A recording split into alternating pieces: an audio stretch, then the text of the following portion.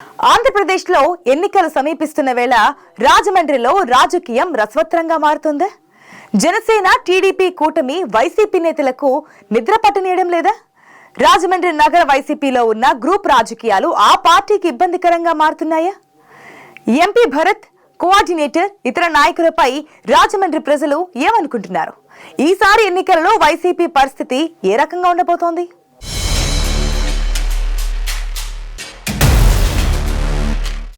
తూర్పుగోదావరి జిల్లా రాజకీయ చైతన్యం కలిగిన ప్రాంతం రాజమహేంద్రవరం.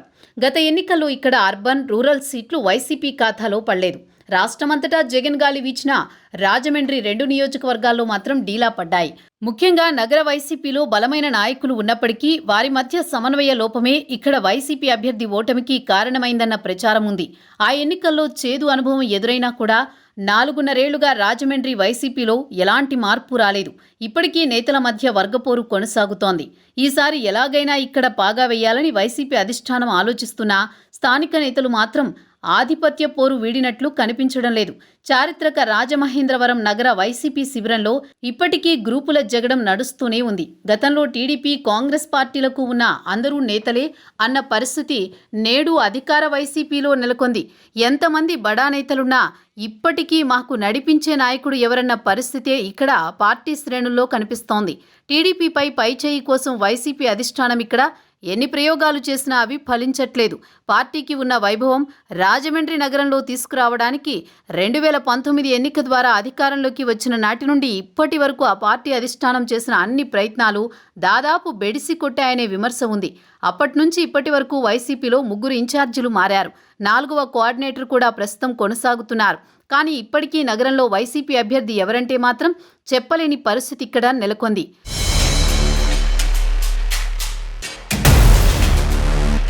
వాస్తవానికి ఎంపీ భరత్ 3 ఏళ్లుగా తన ముద్ర వేసుకునే ప్రయత్నం చేస్తున్నారు. ఈ క్రమంలో ఇన్ఛార్జి బాధ్యతలు తీసుకుని గుడ్ మార్నింగ్ రాజమహేంద్రవరం, గడప గడపకు వైసీపీ బజార్ కార్యక్రమాలతో ప్రజల్లోనే తిరుగుతూ వచ్చారు. ఇటీవల నగర కోఆర్డినేటర్ పనుల్లో భాగంగా గూడూరు శ్రీనివాస్ని అధిష్టానం నియమించినా ఇప్పటికీ ఇక్కడ నగరం ఎంపీ భరత్దే హవా కొనసాగుతున్నట్లు కనిపిస్తోంది.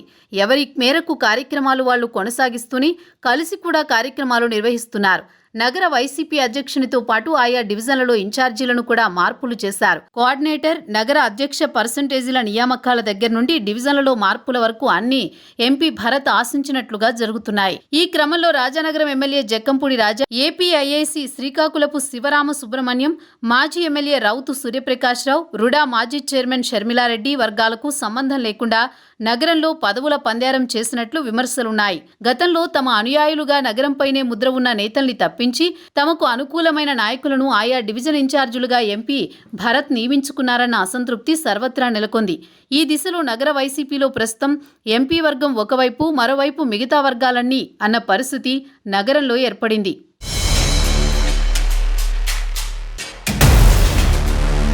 అయితే రాజమహేంద్రవరంలో వైసీపీలో వర్గపోరు, ఆధిపత్యం, గ్రూపు రాజకీయాలు చూస్తుంటే ప్రస్తుతం నగర వైసీపీలో 5 గ్రూపులున్నట్టు కనిపిస్తోంది. 2019 ఎన్నికలకు ముందు నగరంలో నేతలు 3 గ్రూపులుగా ఉండడం వల్లే వైసీపీ అభ్యర్థిగా బరిలోకి దిగిన రౌతు సూర్యప్రకాశ్రావు ఓటమి పాలయ్యారన్న విశ్లేషణలు రాజకీయ వర్గాల్లో ఉన్నాయి. 2019 ఎన్నికల్లో రాష్ట్రంలో వైసీపీ వేవ్ కొనసాగింది. ఆ సమయంలోనే రాజమండ్రి నగర స్థానాన్ని వైసీపీ జెండా ఎగురవేయలేకపోయింది. ఇక్కడ ఆదిరెడ్డి భవానీ శ్రీనివాస్ ఎమ్మెల్యేగా విజయం సాధించారు. ఇదిలా ఉండగా ఎమ్మెల్యే జారవిడుచుకున్న వైసీపీ నగరపాలక ఎన్నికల్లో పట్టు నిలుపుకుంటుందని అంతా భావించారు. వాస్తవంగా 2019లోనే నగర ఎన్నికలు జరగాల్సి ఉంది. పలుమార్లు వైసీపీ అధిష్టానం చేయించిన అన్ని సర్వేలలోనూ నగరంలో వైసీపీకి ప్రతికూల ఫలితాలే వచ్చినట్లు తెలుస్తోంది. ఆ పరిస్థితుల్లోనే దాదాపు 4 ఏళ్లుగా రాజమండ్రి నగరపాలక కమిటీ ఎన్నికలు జరగనట్లు ప్రచారం జరుగుతోంది. అధికారంలో ఉండి కూడా నగరం చేజారితే అబాసు పాలవుతామని ఆ పార్టీ భావించినట్టు రాజకీయ అనుభవజ్ఞులు భావిస్తున్నారు. ఇదిలా ఉంటే ఇప్పుడు 2024 సార్వత్రిక ఎన్నికలు సమీపిస్తున్నాయి. కనీసం ఈసారైనా వైసీపీ నగరంపై పట్టు సాధిస్తుందా? జనసేన, టీడీపీ ఇక్కడ తిరిగి అధికారం కొనసాగిస్తారా అనేది చూడాల్సి ఉంది.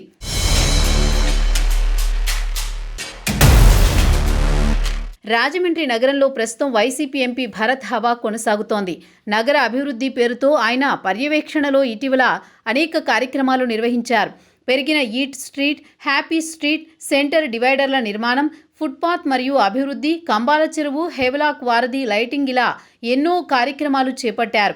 తన ఎంపీ లాడ్స్ కేవలం 2 కోట్ల వరకే నగరానికి మంచినీటి ట్యాంకుల కోసం పెట్టినా మిగిలిన కోట్లాది నిధులని నగరపాలక సంస్థవే. ఇవి కాకుండా ప్రత్యేక నిధులు 125 కోట్లు విడుదల, ప్రభుత్వ నిధులతో పలు నిర్మాణాలు చేపడుతున్నారు. ఇక్కడ కోఆర్డినేటర్ బాధ్యతల్లో గూడూరి ఉన్నప్పటికీ పనులన్నీ మాత్రం ఎంపీ భరత్ కనుసన్నల్లోనే కొనసాగుతున్నాయి. ఇది గూడూరు వర్గంలో కూడా అంతర్గత అసంతృప్తిని రగిలిస్తోంది. ప్రతి అభివృద్ధి పనిలోనూ భరత్ తన ముద్ర వేసుకునే ప్రయత్నం చేస్తున్నట్లు కనిపించడాన్ని చాలా మంది వ్యక్తం చేస్తున్నారు. దీనికి తోడు ఆయన పర్యవేక్షణలో చేపట్టిన కొన్ని సర్వత్రా విమర్శలు కూడా వ్యక్తమవుతున్నాయి. మెయిన్ రోడ్లో చేపట్టిన సెంట్రల్ లైటింగ్, ఈట్ స్ట్రీట్, మొక్కలు నాటే కొన్ని అనాలోచిత నిర్ణయాలుగా ప్రజల్లో విమర్శలొస్తున్నాయి. మరింత ఇరకాటంగా మార్చేలా పనులు, తన సొంత ఆలోచనలు సాగిస్తున్నట్లు ఆరోపణలు ఉన్నాయి. ఎంపీగా మిగిలిన నియోజకవర్గాలను గాలికొదిలేసి ఒక్క రాజమహేంద్రవరం నగరంలోనే తిష్టవేశారన్న విమర్శలు సొంత పార్టీ వర్గాల్లోనే వినిపిస్తున్నాయి. 2 రోజుల క్రితం రాజానగరంలోనూ మా ఎంపీ భరత్ కనబడ్డం లేదని విమర్శిస్తూ పోస్టర్లు కూడా వేశారు.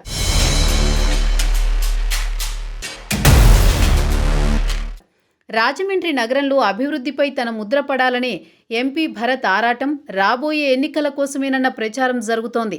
మళ్లీ భరత్ ఎంపీగానే పోటీ చేస్తానని చెబుతున్నప్పటికీ ఆయన 2024లో రాజమండ్రి నగర ఎమ్మెల్యేగా పోటీ చేస్తారన్న ప్రచారం కూడా ఉంది.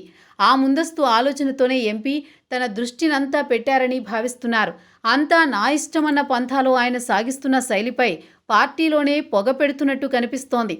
ఈ పొగ రగులుకుని మంటగా మారితే వైసీపీకి నగరంలో మరింత దయనీయ పరిస్థితి తప్పదన్న వాదన రాజకీయ వర్గాల్లో వ్యక్తమవుతోంది.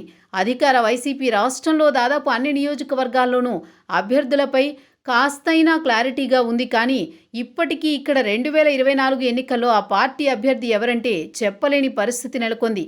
ఎంపీ భరత్, ప్రస్తుత కోఆర్డినేటర్ గూడూరి శ్రీనివాస్, మాజీ ఎమ్మెల్యే రౌతు సూర్యప్రకాశ్రాలలో ఎవరు పోటీ చేస్తారన్నది ఇప్పటికీ అంచనా వేయలేని పరిస్థితి.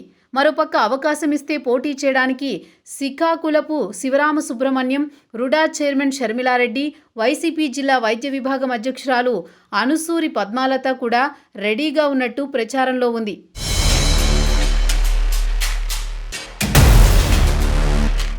మరోపక్క కొందరు ఆశావహులు తమకు అవకాశం ఇవ్వాలంటూ సీఎం జగన్ని అభ్యర్థించినట్లు తెలుస్తోంది.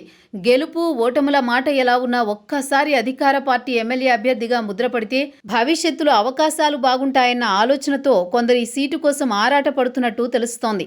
అయితే గతంతో పోలిస్తే రాజమండ్రి సీటులో టీడీపీ మరింత బలపడిందన్న సర్వేలున్నాయి. జనసేన కలయికతో ఆ పార్టీ తిరుగులేని శక్తిగా కనిపిస్తోంది. వైసీపీ హవా కొనసాగిన గత ఎన్నికల్లోనే ఈ స్థానంలో టీడీపీ 32,000 ఓట్ల మెజారిటీ దక్కించుకుంది. అప్పటి పోటీలో జనసేన పార్టీకి సైతం 25,000 ఓట్లు దక్కాయి. ఇప్పుడు ఈ 2 పార్టీలు పొత్తు నేపథ్యంలో వాటి బలం అంచనా వేస్తే 50,000కు పైమాటే. ఒకవేళ వైసీపీ బలంగా ఉన్నా ఇక్కడ గెలవడానికి చాలా కష్టపడాలి. ఇప్పుడు అధికార పార్టీ బలం దాఖలాలు ఇక్కడ కానరావడం లేదు. దీనికి తోడు పార్టీలోని వర్గపోరు అధికమైనట్లు కనిపిస్తోంది. ఈ పరిస్థితుల్లో వైసీపీకి ఇది హీట్ సీట్ అని చెప్పవచ్చు.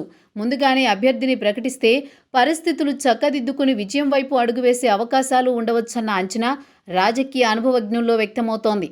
ఇలాంటి రాజకీయ పరిస్థితులు ఉన్న రాజమహేంద్రవరంలో ఈసారి వైసీపీ చర్యలు ఎలా ఉండబోతున్నాయన్నది ఎన్నికల ముందు ప్రజలకు తెలిసే అవకాశం ఉంది.